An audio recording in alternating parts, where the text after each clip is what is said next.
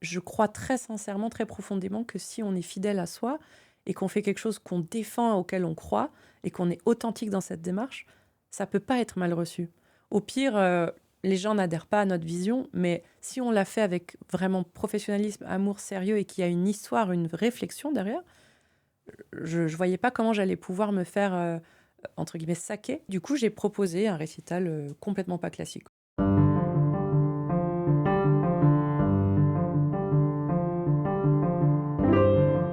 Bonjour, bienvenue dans Dialogue. Je suis Fabrice Midal, philosophe, auteur de nombreux livres dont Foutez-vous la paix et le tout dernier, La magie de l'ordinaire.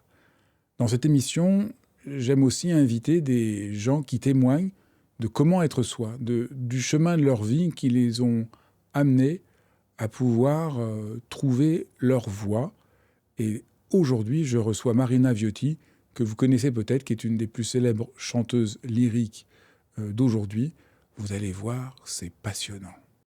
Bonjour Marina. Bonjour Fabrice. Je suis tellement content de te recevoir, non seulement parce que j'adore ce que tu fais et que j'ai plein d'affection pour toi, mais aussi parce que je trouve que ton histoire est extrêmement inspirante. Et peut-être pour commencer, on peut partir de ce qui s'est passé à l'ouverture des Jeux Olympiques.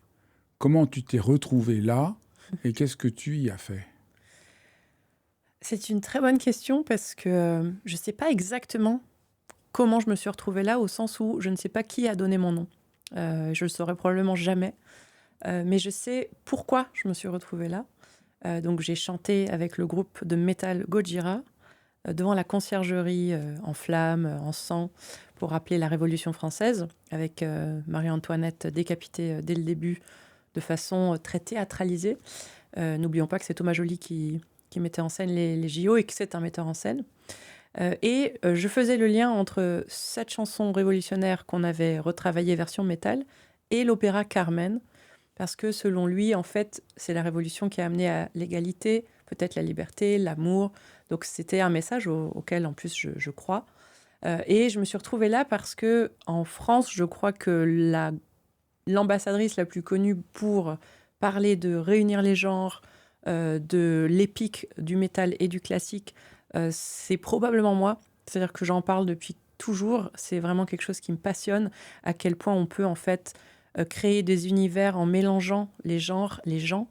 Et étant moi-même ancienne métalleuse et chanteuse d'opéra, ça faisait tellement de sens et je suis tellement reconnaissante en fait que j'ai pu faire partie de ce tableau-là aux Jeux Olympiques et montrer un peu au monde et à 3 milliards ou 2 milliards de personnes que c'est possible en fait d'obtenir quelque chose de grandiose et de beau en mélangeant des univers qui a priori ont l'air opposés. Et c'est vraiment quelque chose que je défends, c'est vraiment qui je suis aussi. Et pour moi, c'était un petit peu un clin d'œil du destin aussi de dire, bah voilà, c'est qui tu es, c'est ta vie en fait. Parce que je venais de commencer à chanter ma première Carmen un mois avant. Et ben, je quittais le métal il y a 10 ans pour changer de vie. Et donc d'être dans ce tableau-là, c'était vraiment pour moi, c'était un cadeau, quoi. Et un beau message aussi pour les générations futures de soyez qui vous êtes, en fait. Et finalement, ça vous amène loin. Et c'est quelque chose qu'on m'a beaucoup au début reproché, on m'a beaucoup dit qu'il fallait pas que je parle de ce passé de métalleuse, parce que dans le classique, ce serait mal accepté, qu'on avait du mal avec les gens qui sortaient des boîtes. Et j'ai revendiqué ça un petit peu. C'était beaucoup d'obstacles à surmonter, d'obstacles aussi mentaux, des fois, d'images qu'ont les gens. C'est toujours un défi, les gens voudraient toujours qu'on soit quelque chose, mais Mhm. si on est ce que les gens veulent qu'on soit, ça n'intéresse personne. C'est un peu un Finalement, des oui, défis. tout à fait. Et alors qu'est-ce qui t'a donné la force, le courage, ou qu'est-ce qui a fait que tu assumes ce passé de chanteuse métal étant devenue chanteuse d'opéra? Et on verra après comment t'es passée de chanteuse métal à chanteuse d'opéra, parce que ça c'est une histoire invraisemblable, complètement stupéfiante, mais déjà, comment t'as fait pour assumer ça? Parce qu'on doit avoir peur que du coup les gens te donnent moins de rôle, que tu sois moins C'est- apprécié, parce que ouais. chanteuse d'opéra, tu dépends beaucoup du regard des autres sur toi. Oui, mais finalement, j'ai eu la chance de commencer finalement très tard l'opéra, parce que je suis arrivée, j'avais 25 ans. On en parlera après, comment s'effectue ce changement de vie. Mais donc, j'étais déjà assez consciente de qui j'étais et de qui je voulais être aussi et de ce que je voulais défendre. Et de toute façon, c'est aussi un peu ma personnalité depuis toute petite. Je suis très curieuse de beaucoup de choses et je suis un peu une personnalité multiple, un peu un caméléon. J'aime être confrontée à d'autres types de personnes, d'autres types d'endroits. J'aime aussi ces côtés communautaires qu'on peut intégrer et les codes de chaque communauté. C'est ce qui fait que je me suis à un moment orientée dans le marketing, en fait. Et d'ailleurs, j'adorais aussi la sociologie dans la philosophie.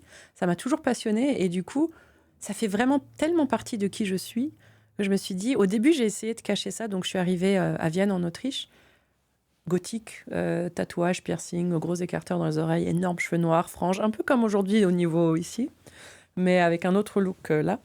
Et à Vienne, en Autriche, c'est vraiment pas, je dirais, l'endroit de l'ouverture sur des styles un peu excentriques. C'est très traditionnel, surtout dans l'opéra. Et on m'a dit, si tu restes comme ça, tu feras rien. Et je me suis dit, en quoi l'apparence reflète qui je suis? Finalement, ça reflète pas qui je suis. Qui je suis, c'est qui je suis. Tant pis si je change de look. Et en même temps, le déguisement, ça fait aussi partie de ma vie depuis toujours. Et donc, je me suis dit, bon, je vais m'adapter à ce moule. Et donc, j'ai eu une tenue, une façon de m'habiller, d'être plus attendue, plus traditionnelle pendant les 3 premières années. Et finalement, j'ai découvert assez vite, en arrivant ensuite en Suisse, dans le conservatoire où j'ai commencé mes vraies études de chant, avec tout ce qui va avec, le théâtre, etc. Je me suis rendu compte que plus je réfrénais en fait qui j'étais vraiment, moins j'avais l'impression d'être sincère dans mon art et moins ça fonctionnait en fait. Et donc, dès les premiers récitals d'étudiantes, j'ai commencé à casser quelques codes. Avec toujours cette peur, parce que tout le monde me disait, mais tu vas te faire tuer par le jury, ils vont te plomber, ils vont te mettre des mauvaises notes. Mais en fait, je crois très sincèrement, très profondément que si on est fidèle à soi et qu'on fait quelque chose qu'on défend, auquel on croit, et qu'on est authentique dans cette démarche, ça peut pas être mal reçu. Au pire, les gens n'adhèrent pas à notre vision, mais si on l'a fait avec vraiment professionnalisme, amour, sérieux, et qu'il y a une histoire, une réflexion derrière, je ne voyais pas comment j'allais pouvoir me faire, entre guillemets, saquer par le jury. C'était les mots qu'employaient certains professeurs. Et du coup, j'ai proposé un récital complètement pas classique, où je parlais aux gens, où j'avais créé une histoire, où j'avais mis du jazz, de la chanson, de l'opéra, mais ça racontait quelque chose.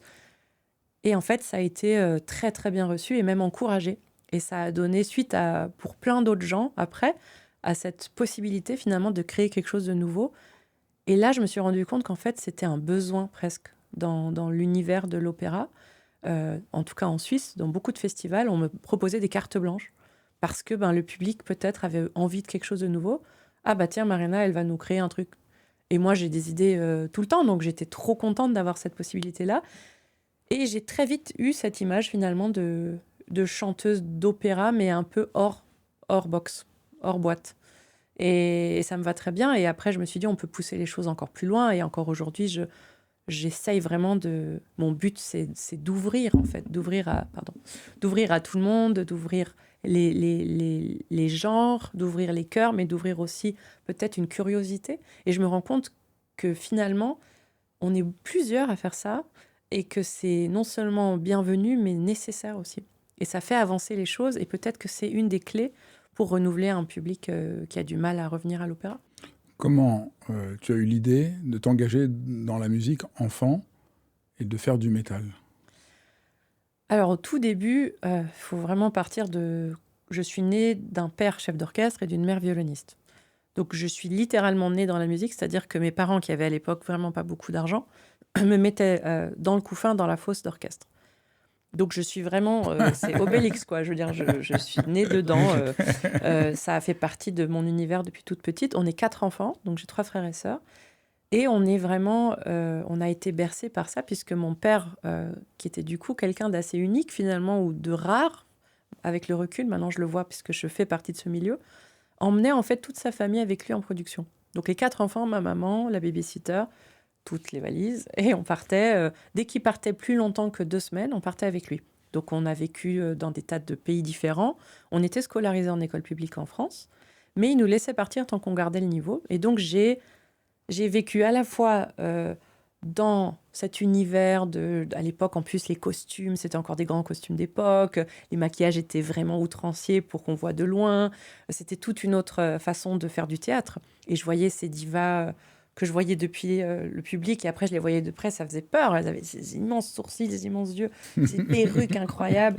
Je me disais, mais c'est génial, c'est son métier, c'est une princesse, elle est déguisée, c'est comme ça qu'elle... Enfin, moi, j'adorais, je mettais des habits de ma grand-mère, de ma maman, je créais des costumes, je mettais en scène mes frères et sœurs dans des opéras. On vivait dans l'opéra, c'est-à-dire Mais que... tu préférais quand même, tu dis, être chevalier que la princesse. Ah ouais, toujours. Par contre, j'ai toujours un côté Mulan. Je sais pas trop pourquoi, j'ai toujours pensé que j'aimais faire du cheval, je faisais du cheval, c'était ma grande passion. Je faisais aussi du karaté. J'ai toujours un côté un peu très masculin depuis toute petite, qui est pas du tout étonnant quand on voit aujourd'hui les rôles que je fais, qui sont très aussi masculins. Mais j'ai toujours aimé le sport, j'ai toujours aimé... J'ai 2 frères et une sœur, mais je suis l'aînée. Et voilà, bref, du coup, ma maman nous préparait en fait aux opéras qu'on allait voir dirigés par mon père, en nous les faisant écouter toute la journée, en nous racontant l'histoire pour qu'on arrive et qu'on soit pas, quand on a 7 ans ou 8 ans, décontenancé de 3 heures de Bellini. Donc ça a été vraiment mon biberon, et jusqu'à mes 18 ans. Et là, un petit peu avant mes 18 ans, à 16 ans, je faisais de la flûte traversière. Alors pourquoi ? C'était pas une passion, mais mon papa m'avait dit, à 8 ans, je voulais être chanteuse. Déjà, je chantais toute la journée, on voit dans toutes les vidéos, je suis tout le temps en train de chanter. Et il me disait, si tu veux être chanteuse, fais de la flûte, parce que c'est le même instrument, c'est la même façon de respirer, de s'utiliser le souffle. Et c'est vrai que ça m'a beaucoup aidée. Mais bon, je le faisais sans grande passion. Mais j'avais intégré un orchestre, et dans cet orchestre, le corniste, l'instrument d'ailleurs qu'a choisi ma sœur, était métalleux. Et moi, ça m'a toujours intéressée. J'ai toujours été un peu curieuse de ce qui était différent. Et comme dans ma famille, c'était très musique classique, avec un peu de Phil Collins et de Genesis, mais voilà, c'était le max, et Jean-Jacques Goldman. Mais sinon, c'était beaucoup classique. Et je me suis dit, tiens, j'ai envie de ce côté un peu totalement opposé auquel je croyais. Enfin, comme on a tous un peu ce cliché sur le métal, c'est une musique violente, c'est du bruit. Il m'a dit, je t'assure, tu devrais venir à ce concert. C'est une femme qui chante et elle vient de l'opéra. Alors, j'ai fait, ah bon ? Il y a du métal avec de chanteuses d'opéra, mais alors, bien sûr, j'y vais. Et par curiosité, peut-être aussi pour faire quelque chose de différent, je suis allée à ce concert de l'actuelle chanteuse de Nightwish. Nightwish, c'est le groupe de métal symphonique. Donc, le métal symphonique, c'est quoi ? C'est 2 guitares électriques, une basse, une batterie, la base d'un groupe de métal. Et dans des claviers, il y a plein de samples de musique classique. Donc, il y a des cordes, des violons, des flûtes, il y a des orchestres entiers, des chœurs. Et ça donne un truc un peu musique de film, finalement, très, très épique. Et c'est souvent une femme chanteuse d'opéra qui chante. Et c'est juste génial. Et moi, je me suis retrouvée dans ce concert avec cette femme qui s'appelle Floor Jansen, qui était une Hollandaise de, je sais pas, 1,90 m de haut, tout en cuir, qui hurlait, qui parlait à la foule, qui chantait avec une voix incroyable, qui secouait ses cheveux immenses. Je me disais, mais c'est juste génial, mais je veux faire ça. C'est ce que je dois être. Enfin, il y avait un côté à la fois très rock, d'habiter la scène. Il y avait un côté très énergie entre la scène et le public. Il y avait ce côté power woman, front woman, mais aussi très masculin, aussi finalement, de sensualité, d'énergie. Il y avait tout ce qui me plaît, en fait.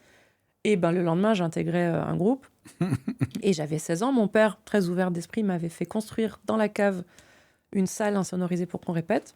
Ça, les gens Il était vraiment pas. sympathique, hein ? Oui, il était très chouette. Moi, il était un papa super. Ah, c'est dingue. Mais 2 ans après, il meurt d'un arrêt cérébral. Absolument. Il avait 50 ans, donc totalement personne s'y attendait, quoi. Et là, c'est un énorme coup de massue pour nous tous. Et on change de ville. On était en Lorraine, on part à Lyon. Moi, j'allais devenir probablement flûtiste. Je me souviens que je passe mon dernier examen 2 mois après sa mort. Je sais plus du tout. C'est tellement flou. Je sais pas ce que j'ai joué. Je réussis. Je dis, je toucherai plus jamais ça. Je veux plus jamais entendre de musique classique. Ça, c'était mon blocage absolu. Lié à la mort de ton père. Ouais, parce que mon père, c'était la musique. Enfin, on a vécu ça avec lui. Et donc, c'était un rejet absolu de ma part. Je pouvais plus en entendre. Et mon autre passion à l'époque, c'était les livres. J'avais une grand-mère qui avait des bibliothèques, mais dans toute la maison, et des centaines de milliers de livres. Et elle les connaissait tous. Elle pouvait me parler de chaque livre. Une mémoire. Et donc, j'avais cette passion avec elle. Je lisais énormément de livres. Et donc, je me dis, bon, je vais faire de la littérature. Je venais de passer mon bac avec une super mention. J'avais vraiment un attrait pour ça. Et donc, je me dis, il faut que je fasse les études les plus dures. Parce que je sais que sinon, je vais me détruire. Enfin, j'étais en pleine dépression, quoi. Et donc, je vais en prépa.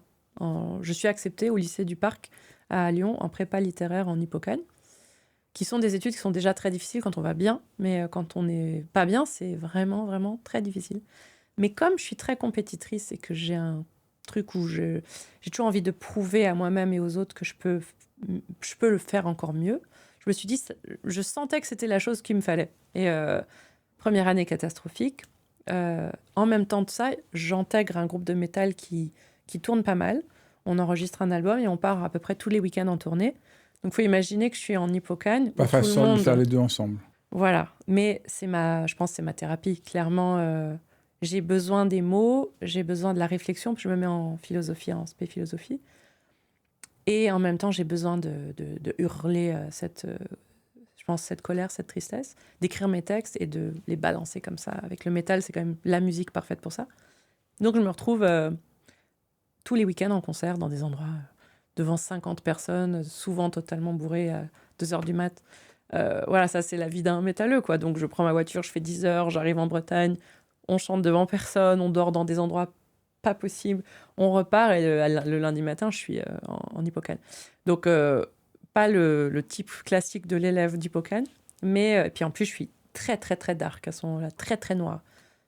Dans l'énergie que j'ai. Et moi, je me tourne justement vers un peu cette littérature, Baudelaire, Céline, enfin tout ce qui est un peu Nietzsche. Ça me nourrit, ça me fait du bien. Et puis j'organise à Lyon aussi des concerts métal. Et je suis toujours très... quand je suis passionnée d'un truc, je vais vraiment à fond. Et ça va être un peu un équilibre difficile parce qu'il y a en même temps le deuil que je fais pas. Il y a mes frères et sœurs qui sont complètement dans la musique classique. Donc, c'est très difficile. Et finalement, j'échoue complètement la première année. Je suis dans les 5 derniers de la classe. Je manque d'être virée de l'école, puisque normalement, on n'accepte que les 10 premiers. Mais j'ai des profs qui croient en moi, et ça va faire la différence.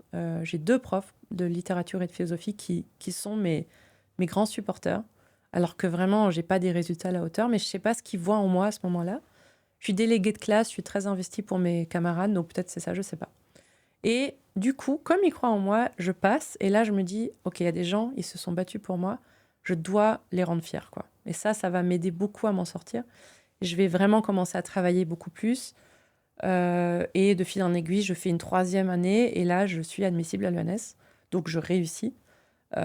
En bataillant beaucoup, avec beaucoup de choses, mais c'est une vraie grosse victoire pour moi. Et à ce moment-là, l'ENS, il se passe des choses pas très claires avec la philosophie, avec une espèce de sabotage de concours d'un prof à Paris parce qu'ils n'avaient pas étudié l'œuvre qui était au programme. Enfin, ça me dégoûte et par principe, du coup, je refuse d'aller aux oraux. Et je bifurque et je pars en marketing parce que je me dis, je suis assez forte pour tout ce qui est organisation. J'organise des concerts métal, j'adore ça. Je vais utiliser cette partie-là de moi qui aime un peu prendre les choses en main, organiser. Je me dis finalement, l'événementiel, le culturel, ça peut m'intéresser. Et donc, je pars en école de commerce à Marseille. Et de là, mon premier stage, et ça c'est drôle la vie parce que c'est 4 ans plus tard, mon premier stage en école de commerce, c'est pour un festival de musique classique. Et c'est pas moi qui choisis, et les gens savent pas du tout d'où je viens, savent pas qui je suis. Et c'est un peu le clin d'œil de la vie. Je me retrouve de nouveau à devoir faire face à la musique classique. Et je suis très, très goth. Je suis même punk, hardcore. À ce moment-là, j'ai un look improbable. Et je me retrouve à faire face de nouveau à la musique classique. Et même sur scène, puisqu'à un moment, je remplace au pied levé un tourneur de page qui vient pas. Et là, je me souviens, je suis à côté de ce pianiste, c'est Franck Bralet. Je sais plus du tout ce qu'il joue. Et je tourne les pages et j'ai ces sensations qui m'arrivent. Je me dis, mais comment j'ai fait pour vivre sans ça, en fait? Et ça fait un premier switch, puis il y en aura 2 ou 3 autres. Et là, je décide, j'ai 25 ans quasiment, et c'est très dur comme décision, parce que j'ai pas fini mes études. J'ai déjà changé pas mal de villes. Là, je suis à Marseille à ce moment-là, je fais de la direction de chœur, je fais plein de trucs, j'ai toujours mon groupe qui marche bien, on commence vraiment à marcher de mieux en mieux. Je me dis, 2 ans de plus, et on arriverait à un super stade. Et je dois prendre cette décision et je quitte tout, en fait, en plein milieu de l'année. Et je pars m'installer à Vienne, en Autriche, pour commencer, du coup, le chant lyrique. Ça, c'est... Comment on fait ça? Ça, c'est comment, à un moment, on sent qu'on est appelé par quelque chose et qu'on... Pour moi, il y a trois...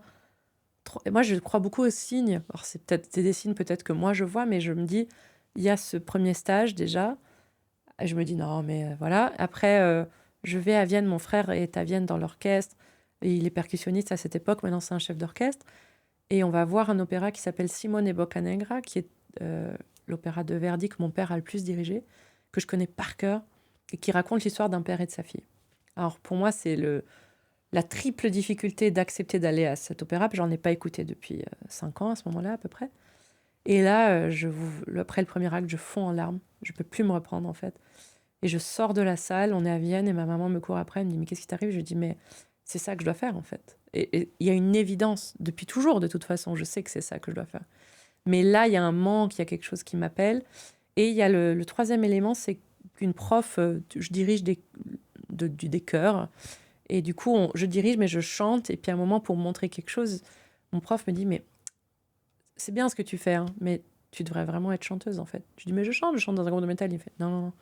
Tu devrais être chanteuse d'opéra, il y a quelque chose, il y a une voix. » Je dis « Ouais, c'est un peu tard. » Et puis, cette prof me dit « C'est maintenant, mais c'est maintenant ou jamais, parce que c'est tard, c'est très, très tard. » En fait, ce qui est intéressant dans ce que tu racontes, c'est qu'il y a à la fois des gens qui te tendent la main. Donc ça, je suis beaucoup revenu dans les différents dialogues que je fais avec les gens, à quel point c'est central. C'est quelqu'un essentiel. Qui croit en toi, là, quand toi, tu n'y crois pas. Ouais. Donc, on devient soi, pas en se regardant soi-même, mais par quelqu'un qui vous tend la main, mais aussi frappé par une forme d'évidence. Parce que les gens disent, on pense souvent que pour être soi-même, pour trouver son chemin, il faut s'examiner, s'écouter. Mais non, toi, tu t'es pas du tout écouté. Ça t'a saisi presque par surprise. C'est pas ça que... Si tu aurais réfléchi, on t'aurait dit à ce moment-là, mais qu'est-ce que tu veux faire ? Tu n'aurais jamais dit, je veux devenir chanteuse. C'est d'un seul coup, en tournant les pages, tu as senti, c'est ça. C'est pas ce que je voudrais, mais c'est ça. Oui, il y a ça. Mais après, quand même, il y a le moment où on fait ce choix. Enfin, moi, en tout cas, j'ai fait ce choix. Et tout le monde m'a dit, mais non, mais tu n'y arriveras jamais, c'est trop tard. Et là, par contre, on doit s'écouter soi. Là, j'ai compris que j'allais avoir beaucoup d'obstacles et j'ai pris cette décision, mais j'ai beaucoup hésité. Hein. Il y a eu beaucoup de moments où je suis à Vienne, j'ai rien, j'ai pas de travail, personne me veut, tout le monde trouve que je suis trop vieille. Et là, je me dis, mais qu'est-ce que je fais ?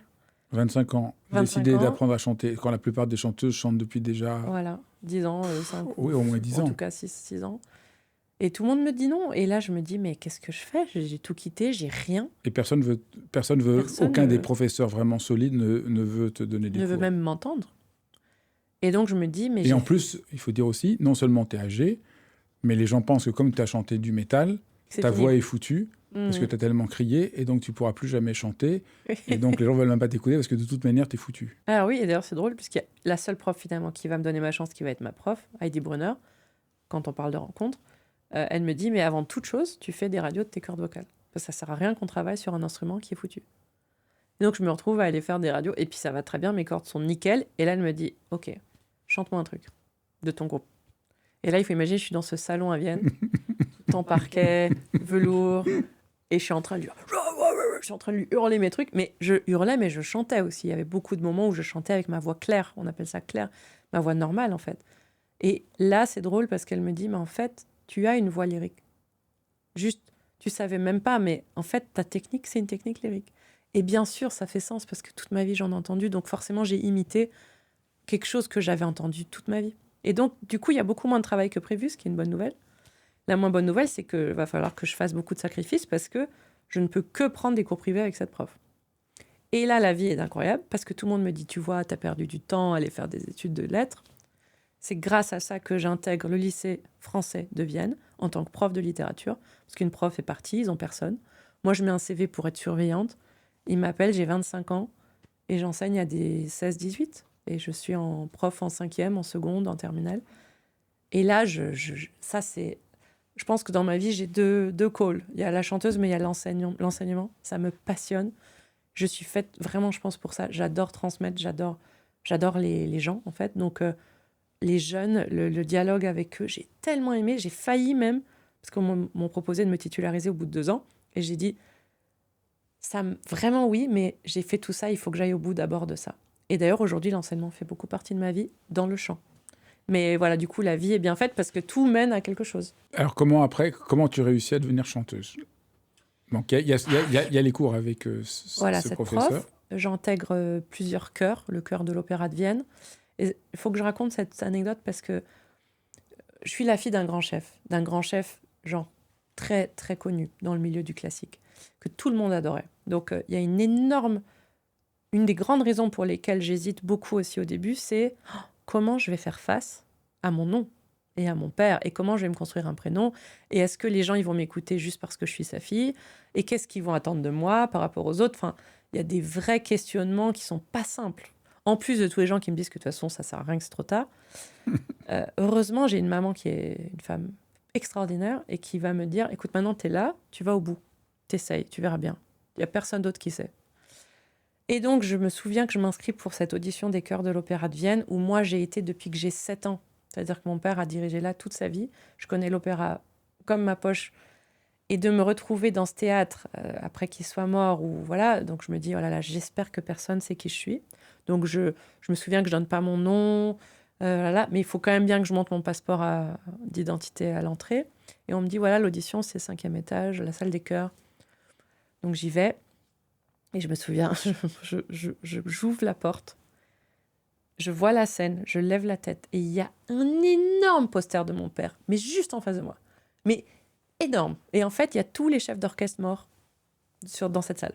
Tous les grands chefs qui sont plus là. Donc, et mon père est en plein milieu. Mais au-dessus de ma tête. Et là, je me dis, non, c'est pas possible. Moi qui voulais surtout pas y penser ou en entendre parler. Et là, le jury arrive, ils s'assoient, ils me font...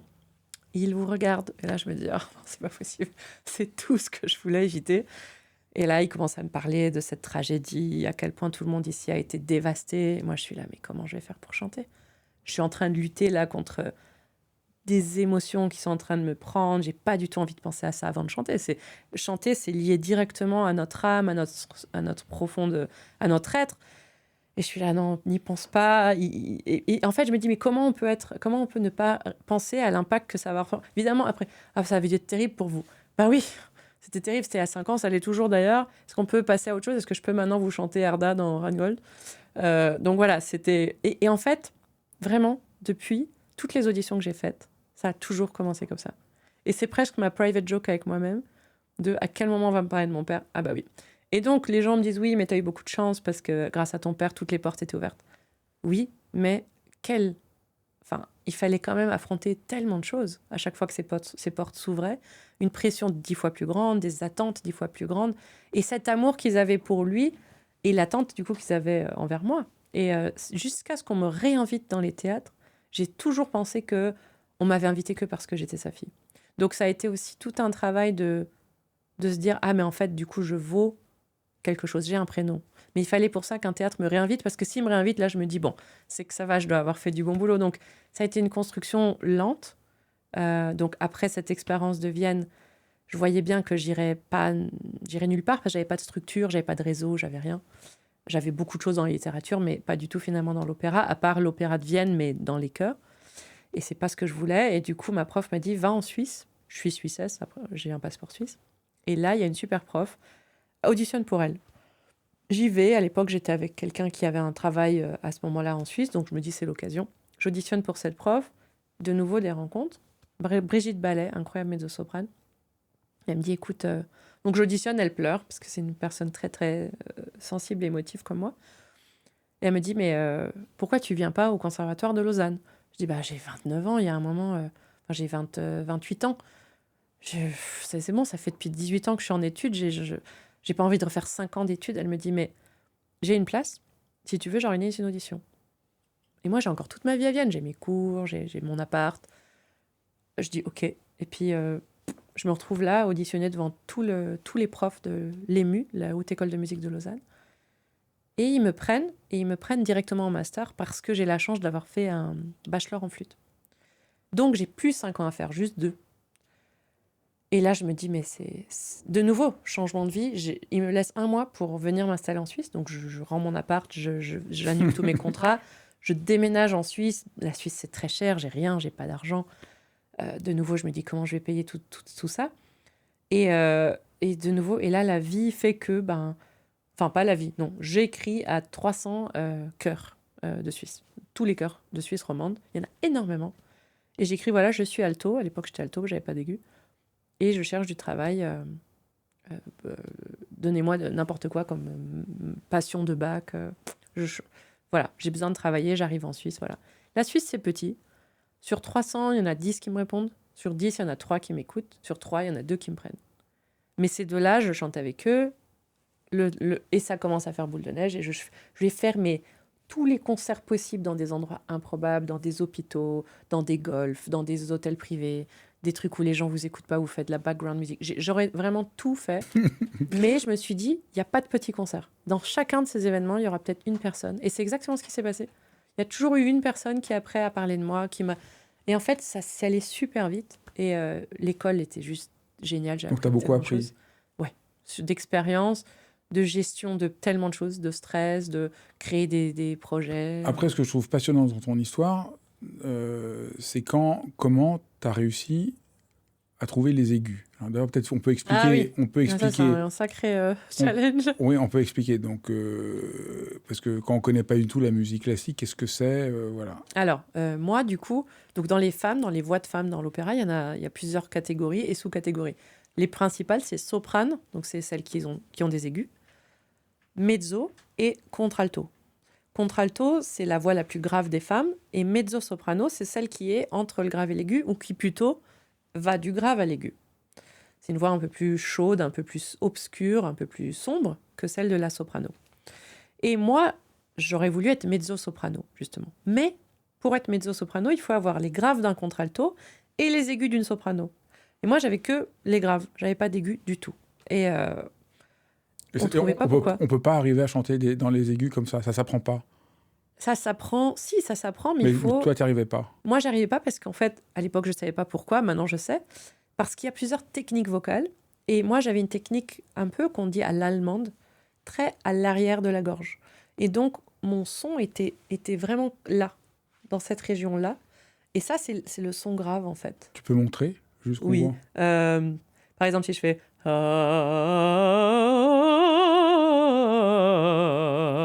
Ça résonne ici, ça vibre ici, en fait.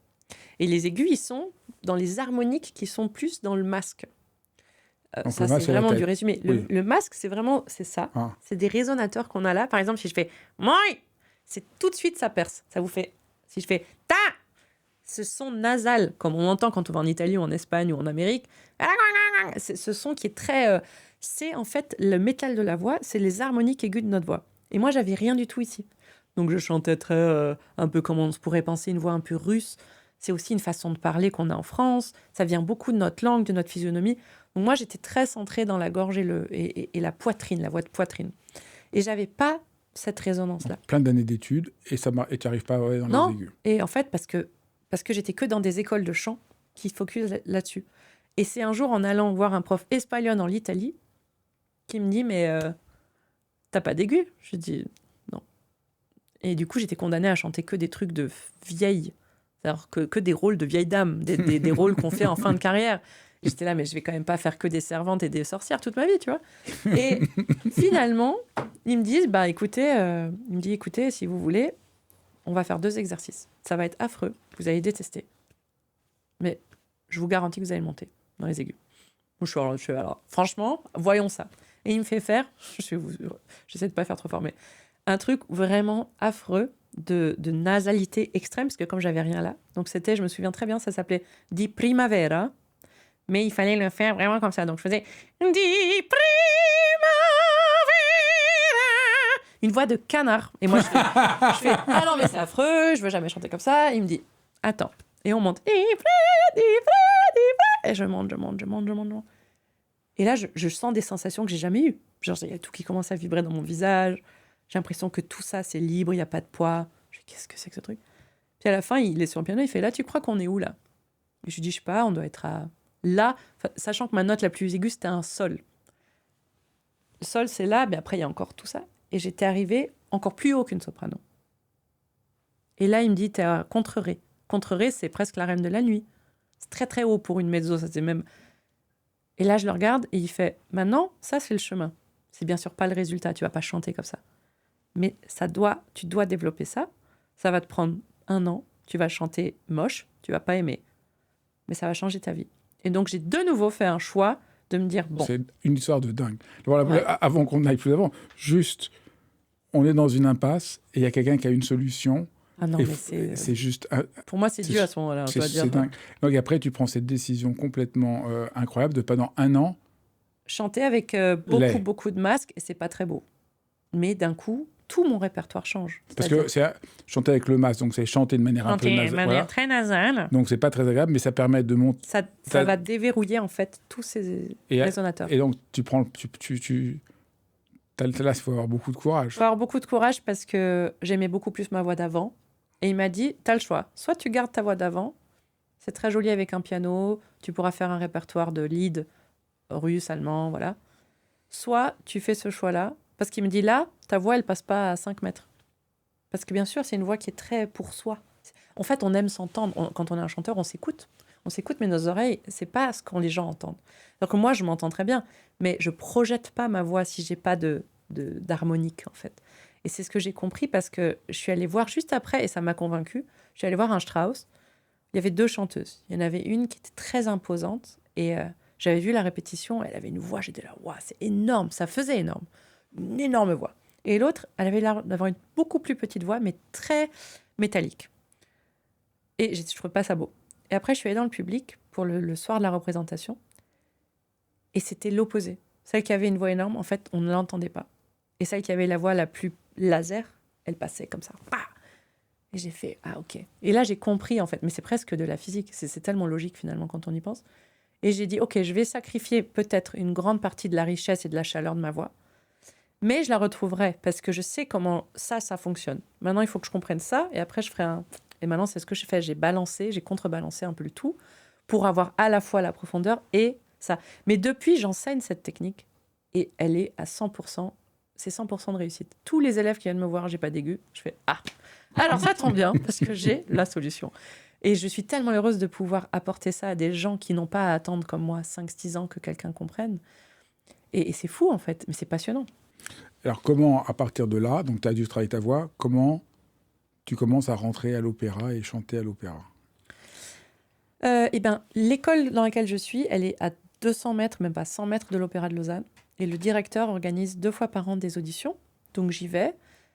Et c'est quelqu'un qui est très fidèle, c'est-à-dire qui vous réécoute régulièrement pour voir où vous en êtes dans votre parcours. Et donc je vais régulièrement chanter pour lui. Régulièrement, il me donne des rôles.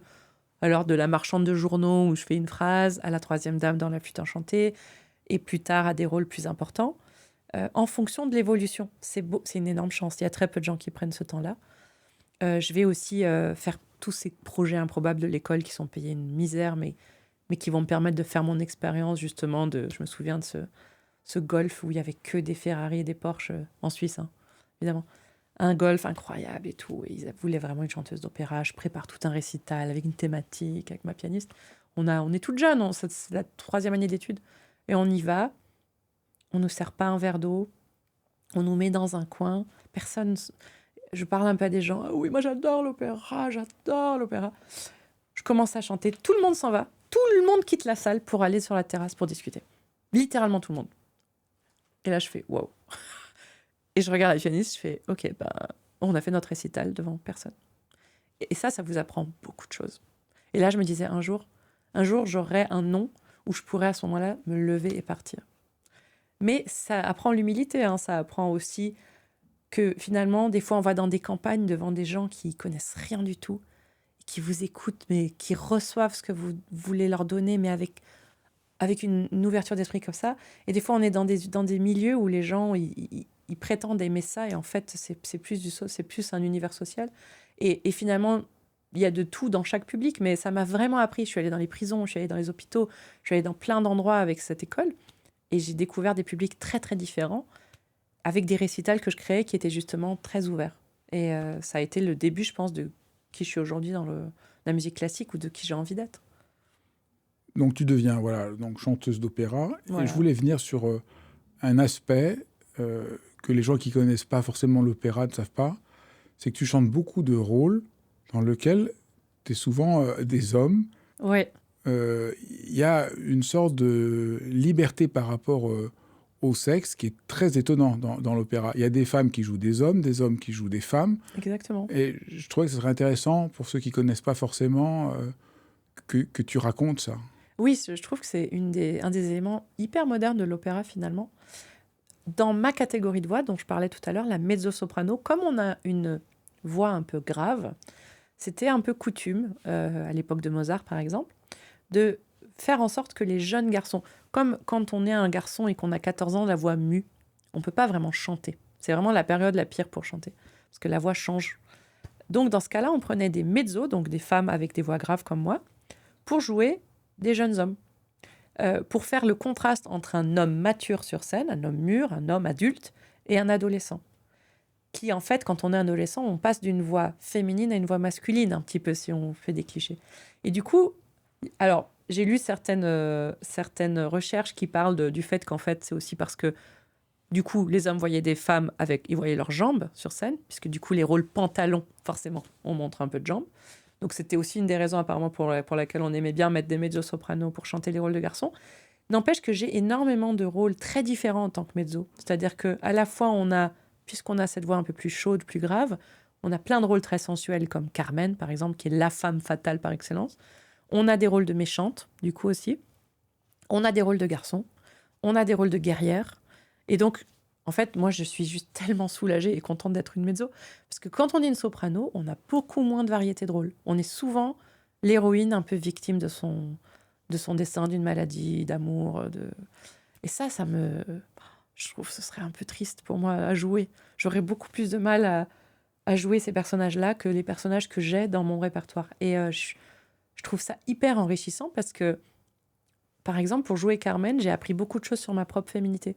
J'ai été obligée de chercher en moi, parce que, mine de rien, j'ai découvert que j'étais un peu timide sur certaines choses sur scène quand même. Il y a des côtés un peu comme ça où il faut être hyper sexy et tout. Je me sentais pas. Autant faire un garçon des combats d'épée, alors il n'y a pas de problème, ça c'est mon univers. Mais autant être une femme très sexy, très sensuelle, très fatale, j'avais un peu de mal sur scène. Et du coup, j'ai vraiment été obligée d'aller chercher ça en moi et de découvrir une partie de ma féminité. Et inversement, j'ai pu nourrir des rôles masculins grâce à ma masculinité. En fait, je trouve qu'un rôle, ça nous nourrit tout autant qu'on nourrit le rôle. Et c'est ça qui est génial dans l'opéra, c'est que en découvrant ces personnages, en les nourrissant, en les créant, je découvre beaucoup de personnages en moi, en fait. Et donc, il y a tout cet aspect aussi, particulièrement aussi chez Handel, où on voit tous ces basculements, ces femmes qui, dans l'opéra, se déguisent en hommes, comme... Exactement. Bradamante, dans Alcina. Bradamante, dans Alcina. Donc, Bradamante que tu as joué, c'est une femme qui se déguise en homme pour aller chercher son mari qui est prisonnière chez une sorcière. Donc, on est complètement hors de la fermeture un peu au 19e siècle où la femme, ce qu'on connaît beaucoup de l'opéra, voilà, la femme qui est trahie par un homme et qui pleure tout l'opéra avant de mourir à la fin. Mais donc, c'est important pour les gens de voir qu'il y a plein d'autres choses et qu'on a le rôle d'une femme qui se déguise en homme pour aller chercher son mari qui est prisonnier et celle qui se débrouille. Et dans l'opéra, au début, on pense que c'est un homme. Donc, c'est la femme qui se fait passer pour un homme. Et donc, avec tout ce jeu des voix, c'est quand même... Et donc, il y a tout un vertige de la voix et de l'identité qui est au cœur de l'opéra et qui est très actuel. Exactement. Chérubin dans Mozart aussi, qui se déguise en femme, qui a un personnage très ambigu, parce que c'est en fait une femme qui joue un garçon qui se déguise en femme, comme Octaviane d'ailleurs dans Rosenkavalier. Finalement, c'est assez courant. C'est assez courant. Donc, voilà, je trouve que c'était... Ouais. Tu disais tout à l'heure que quand tu étais... enfant, l'opéra, voilà, c'était un peu statique. Il y avait des grands décors. On peut dire qu'aujourd'hui, l'art du théâtre est beaucoup plus intégré à l'opéra. Et c'est quelque chose qui te passionne beaucoup parce que tu t'es découvert non seulement un grand plaisir pour chanter, mais aussi pour l'art de la scène. Et tu apprends un nombre de choses. Tu as appris à manier l'épée, à te battre en duel... à monter au sommet, tiré par des fils et tout. Peut-être c'est intéressant de parler un peu tu parles beaucoup de l'importance du théâtre dans l'opéra et dans ton travail de chanteuse. Oui, je pense qu'il y a vraiment eu un élément nouveau depuis une dizaine d'années. Vraiment, aujourd'hui, j'ai presque l'impression que, en tout cas, ça a autant d'importance d'être un très bon acteur qu'un très bon chanteur. Déjà parce que la concurrence est énorme. Il y a beaucoup de très bons chanteurs. Donc la différence va se faire sur est-ce que lui, il est capable justement tout en chantant un air hyper difficile, se battre au couteau, danser. Là, en ce moment, je fais un drag queen avec une barbe à paillettes sur des talons comme ça, avec un immense plumeau qui doit faire des chorégraphies dans tous les sens tout en chantant. Euh, Aujourd'hui, c'est du sport d'être un chanteur, c'est être un athlète, c'est être un acteur. Et du coup, je trouve que ça enrichit notre art et ça le modernise aussi beaucoup. C'est-à-dire que je pense que ça vient aussi du fait qu'il y a beaucoup de streaming aujourd'hui. Donc, il y a beaucoup d'écrans. Et notre jeu, il a dû s'affiner parce que quand on pense qu'on doit jouer pour 1500 personnes dans un théâtre, on doit exagérer le mouvement. Parce que si je vous fais juste ça, vous ne le voyez pas au rang tout là-haut du balcon. Donc il faut qu'on exagère, il faut qu'on ait des maquillages un peu plus extravagants, il faut penser au public. Mais quand on est filmé, et je trouve d'ailleurs c'est une vraie question, on doit, quand on regarde un film, si je vous faisais à chaque fois, c'est Henri Dess, je veux dire, c'est Henri Dess, c'est comment il s'appelle, Louis de Funès. Je veux dire, on a passé ça, on a changé, on a évolué aussi au niveau des films. Et je me dis toujours, c'est dommage, les représentations où on est filmé, on donne moins parce qu'on sait qu'on est filmé, donc on est beaucoup plus dans la subtilité d'un personnage. Mais du coup, pour le public qui est là ce soir-là, je suis toujours désolée pour le troisième balcon parce que je me dis, ils vont voir beaucoup moins de choses. Alors, ils le verront après sur l'écran. Et d'ailleurs, inversement, toutes les écoles de théâtre, moi j'ai fait Stanislavski, dans mon conservatoire, c'est souvent un retour à la pureté de l'expression, pas de bras, on fait plus ces grands trucs comme ça, c'est fini. On est beaucoup plus comme ça et l'émotion doit naître du texte et de notre expérience, mais on ne doit pas la surjouer, on ne doit pas la jouer. C'est hyper intéressant. Mais du coup, des fois, je me dis, ça marche peut-être dans des petits théâtres, mais il y a eu un moment où je me souviens avoir lu une critique qui disait que je ne donnais rien sur scène. Je dis là, enfin, c'est n'importe quoi. J'ai tout donné, je veux dire, j'ai fait 30 000 expressions de visage. Mais oui, mais après, j'ai vu la vidéo. Et j'ai vu des gros plans où on voyait tout ce que je donnais. Et après, ils dézoomaient et on voyait une fille plantée là qui faisait rien. Et j'ai compris, j'ai fait, oui, mais attends, on est dans une forme d'art où il y a un côté théâtre, mais il y a un côté, c'est de l'opéra quand même. Donc il faut quand même qu'on puisse communiquer avec des gens qui sont très loin. Et je pense qu'aujourd'hui, c'est une vraie question. J'aimerais bien, par exemple, qu'un streaming, il n'y ait pas le public dans la salle. Que ce soit autre chose. Parce que c'est une autre façon. L'écran ou le live, ce sont deux choses différentes, je pense. Mais ce qui est génial, c'est qu'on se pose cette question aujourd'hui. Ça veut dire qu'on évolue énormément dans notre art. On a aujourd'hui beaucoup d'opéras qui sont chorégraphiés complètement. Sidi Larbi Cherkaoui, par exemple, qui met sur scène des danseurs de Vogue, de walking, de hip-hop, dans des opéras comme Alceste de Gluck, que j'ai fait avec lui, où là, on n'a pas un personnage vraiment. Alors ça, je pense, ça t'aurait tellement plu, en fait. Parce qu'on est vraiment dans une expression totalement différente du geste et de la voix. Et puis l'émotion, elle naît de ça. On ne joue rien. Donc c'est hyper intéressant. Enfin, je trouve qu'il y a une diversité de mise en scène, de chorégraphie, d'idées qui est hyper enrichissante. Et je voulais qu'on parle aussi du cancer que tu as traversé. Mhm. Si tu peux raconter comment tu l'as appris et pourquoi tu as décidé de vouloir en parler. Oui, alors c'était juste avant le Covid. J'étais sur une grande-duchesse de Gerolstein, c'est un grand rôle d'opérette, à Lucerne à l'opéra, c'est là où j'ai commencé. Donc tout le spectacle reposait sur moi. Ils avaient vraiment fait vraiment tout par rapport à ma personnalité. Donc c'est important parce que ça va expliquer beaucoup de choses. C'est-à-dire que j'ai senti dès les premières répètes que j'allais pas bien, que j'étais fatiguée. Je suis pas du tout quelqu'un qui est fatigué normalement. J'avais pas d'énergie, ça non plus. J'avais mal quand je respirais, je me sentais pas, j'avais du mal à manger, je perdais du poids, c'est que des trucs qui m'arrivent jamais, même si j'aimerais bien. Il y avait un truc qui allait pas. Et donc je suis allée voir plusieurs médecins. Et quand on est malheureusement, hein, sur 5 médecins, 5 sur 5 quand même, je leur dis que je suis oppressée ici quand je respire, ils me disent que je suis angoissée. Alors je leur dis, écoutez, je me connais très bien, je ne suis pas quelqu'un d'angoissé, du tout. Si, bah ça c'est typique les gens angoissés. C'est terrible ce truc. Et donc ils me donnent des anxiolytiques qui fonctionnent évidemment pas. Après on me dit que j'ai de l'asthme, alors que j'ai pas de l'asthme. Après on me dit que j'ai de l'allergie, enfin bref.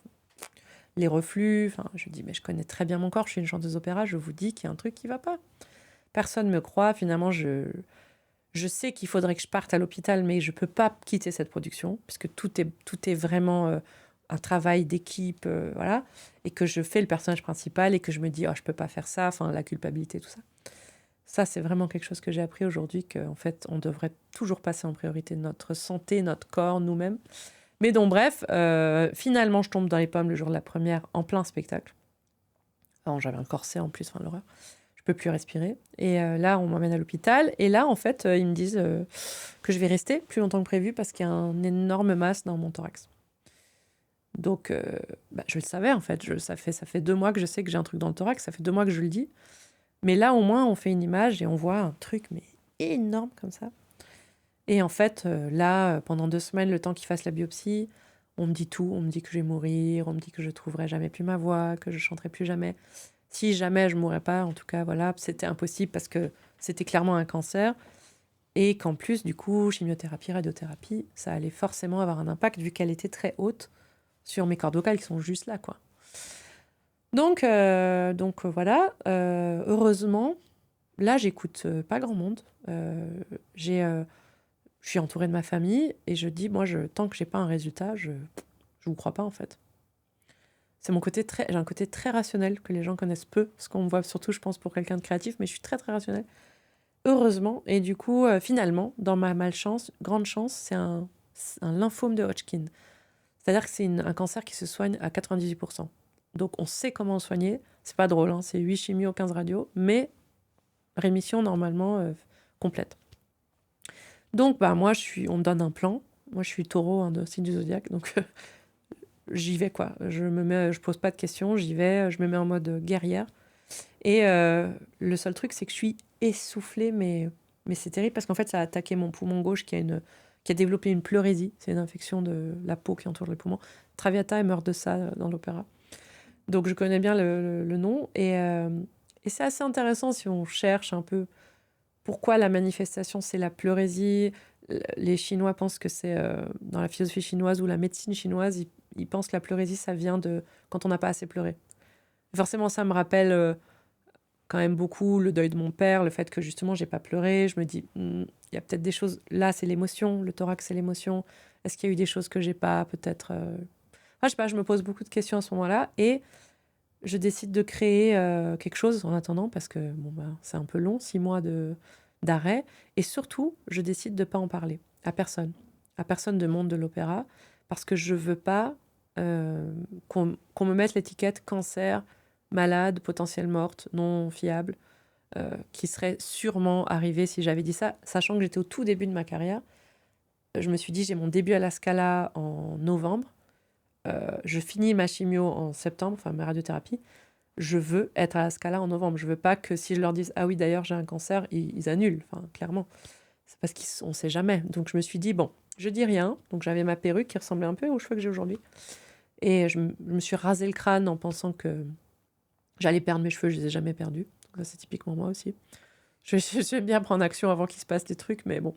Donc il y a eu plein de choses comme ça. J'ai été très entourée. Et je pouvais pas chanter parce que 3 pas, en fait, je pense que pour aller jusqu'à toi, ça m'aurait pris longtemps. Parce que j'étais tellement essoufflée. Du coup, je pouvais clairement pas chanter de l'opéra pendant ces 6 mois. Je pouvais chanter autre chose. Et c'est là que j'ai redécouvert John Dowland, donc la Renaissance, avec du luth. Et j'avais un projet, en fait, qui était en cours juste avant que je tombe malade, avec du luth, de l'électro, où on mettait en rapport Dowland avec Metallica, Björk, Lana Del Rey, sur la mélancolie. Et ça a été vraiment ma thérapie, en fait, ce projet. C'était la seule chose que je pouvais chanter, donc je m'asseyais, j'avais un micro, et je pouvais encore chanter avec un tout petit peu de voix. Et c'est là où j'ai compris, en fait, qu'on pouvait aussi chanter une émotion autrement, avec une simplicité absolue et une vulnérabilité que jusqu'alors, je pense, j'avais jamais vraiment voulu explorer. Et du coup, de là est né mon projet qui s'appelle Mélancolia. Il était né avant, mais il a été, disons, reconstruit après. Et ça a été une grande sérénité, un grand apaisement, parce que pour moi, c'était les ténèbres et la lumière. Et c'était vraiment... J'étais en plein dedans, quoi. Pas pour la première fois de ma vie, malheureusement. Mais je me suis dit, le jour où je m'en sors, parce que j'ai jamais douté de ça, j'attendrai, mais un jour j'en parlerai. Parce qu'en fait, je me suis rendu compte de la double punition, la double peine que c'est d'être malade, de ne pas pouvoir en parler, de devoir mentir, de devoir le cacher et d'être isolée du coup. Parce qu'à part ma famille et mes proches, il n'y avait personne qui savait. Donc les gens me croisaient dans la ville et je faisais comme si tout allait bien et les gens me croyaient parce que j'ai quand même une grosse énergie même quand je suis apparemment malade. Bref, et beaucoup de chance, tout allait très bien, je suis en rémission complète. Mes cheveux, voilà, ils ont repoussé. J'ai fini ma radiothérapie en octobre, parce qu'il y a eu un décalage. Et en novembre, j'étais à la Scala, alors qu'il m'aurait fallu 6 mois normalement de rééducation. Mais j'ai dit non, c'est hors de question que je passe à côté de ça. Donc j'ai caché à tout le monde. Je me souviens, je chantais ma répète, dans ma loge, je m'écroulais par terre. J'avais aucune force en fait. Je sais pas comment j'ai fait. Heureusement, c'était un petit rôle, donc j'avais juste une apparition. J'avais quand même tout un combat d'épée à faire, justement. Je pense qu'on puise en soi, on trouve une force. C'était tellement une revanche, c'était tellement une joie de me dire je peux rechanter. Même si ma voix, elle était pas encore vraiment là. J'arrivais pour le rôle que je faisais, c'était suffisant. Et après, le Covid est arrivé et ça m'a sauvée. Parce que j'ai pu vraiment, du coup, j'ai dû m'arrêter complètement et me remettre en forme. Et j'ai fait ça. Et après le Covid, je pense que j'avais une telle volonté d'exprimer tellement de choses. Parce que j'ai le cancer, je reprends, bam, le Covid. Je me dis, c'est quand même, ça fait 1 an, 2 ans, 3 ans presque sans chanter finalement, à part la Scala. Et du coup, ça a été, je pense qu'il y a vraiment un avant-après artistiquement, pour moi, clairement. Et je pense que j'ai encore beaucoup, beaucoup de choses que j'ai envie de... Et du coup, voilà, j'ai sorti ce disque Mélancolia là en octobre, là, il y a quelques mois. Et j'ai dit, la cover de ce disque, ce sera ma tête avec le crâne rasé. Et je vais parler du cancer. Et donc, dans le disque, j'ai un extrait de mon journal intime que j'ai mis en bouclette. Je me suis dit, plutôt que d'écrire une biographie, ce sera tellement plus pertinent et ça racontera sans pathos, hein, c'est juste des extraits de vie, du projet, de ma vie à ce moment-là. Et je me suis dit, si ça peut donner aux gens un peu de force, si ça peut leur permettre de se dire, je suis pas seule là-dedans, et il y a une vie après, et elle peut être incroyable, et faut pas croire à tout ce qu'on nous dit, parce que si j'avais cru à tout ce qu'on m'a dit depuis le début, je serais jamais où je suis aujourd'hui. Tu n'aurais pas chanté. J'aurais pas chanté, Tu j'aurais serais pas changé de découragé. vie 5 fois, j'aurais... et je pense que c'est important, ouais, de donner ce message qu'en fait, il faut croire en soi. Il faut croire aux gens qui nous... Parce que quand même, comme tu disais si justement, il y a beaucoup de gens qui m'ont tendu la main à des moments clés et qui sont des gens clés. En fait, mon parcours, il n'est rien sans ces gens-là, en fait.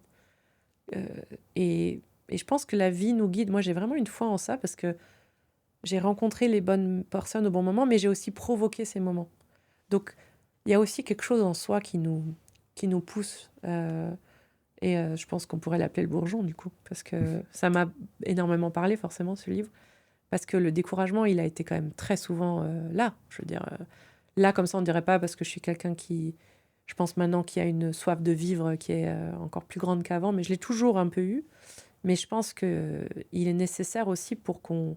Ça, c'est mon côté peut-être nietzschéen, mais je pense qu'on a besoin de ces moments-là où on est un peu face à... Soit on est tout seul, parce qu'en fait, qu'est-ce qu'il y a en face de nous? Là, quand je suis malade, j'ai ma famille, j'ai mon soutien, mais où est-ce que je puise cette force? En qui je crois à ce moment-là? En quoi je crois? Qu'est-ce qui va me permettre d'aller de l'avant? Et c'est tellement... Oui, c'était tout ça que j'avais envie. Et moi, ma façon de m'exprimer, c'est par la musique. Peut-être un jour, je le ferai par l'écriture, mais j'avais envie de sublimer, en fait, tout ça, sans cacher le côté sombre, parce qu'il est là. Pour moi, il a toujours été en moi aussi. Et je suis très attirée par ce qui est sombre.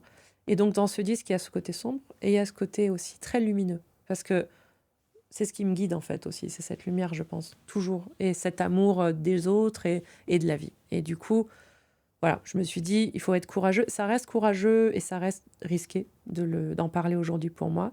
Parce que je sais qu'au moindre moment où je vais annuler un concert, annuler un spectacle, parce que je suis un peu malade, je sais que les gens vont y penser tout de suite. Et je sais que maintenant, je vis avec ça. Je sais que les gens associeront probablement mon nom avec métal, comme voilà, paddle tennis, parce que j'en parle tout le temps, et cancer. Voilà. D'ailleurs, si on regarde les recherches Google, c'est ça. C'est Marina Viotti métal, Marina Viotti paddle, boyfriend quand même, et cancer. Et ben tant pis, j'associe mon nom à ça, mais en espérant que ça apporte, que ça peut-être aussi ça lance une discussion sur, je pense, notre société qui a tendance à condamner la maladie et les faibles, et que c'est pas une faiblesse en fait, et que je trouve qu'il y a beaucoup d'efforts à faire. Il y a beaucoup de choses. Par exemple, quand on a un cancer, pendant 10 ans, on peut pas emprunter après. On peut pas avoir d'emprunt, on peut pas avoir d'assurance vie, peut-être même pas d'assurance santé dans certains pays. C'est pas normal en fait. Je me dis, on a survécu à ça et on continue à payer derrière. Il y a plein de choses qui vont pas. Et je pense qu'il faut qu'on en parle. Et donc, je me suis dit, ben, j'allais utiliser un peu le momentum actuel pour pouvoir lancer ces discussions-là aussi. Ben, merci infiniment. C'était merveilleux de Merci à t'entendre. toi. Et j'espère que tu donneras envie à plein de gens de t'entendre chanter. Merci. J'espère que ça redonnera plein de force pour la suite aussi.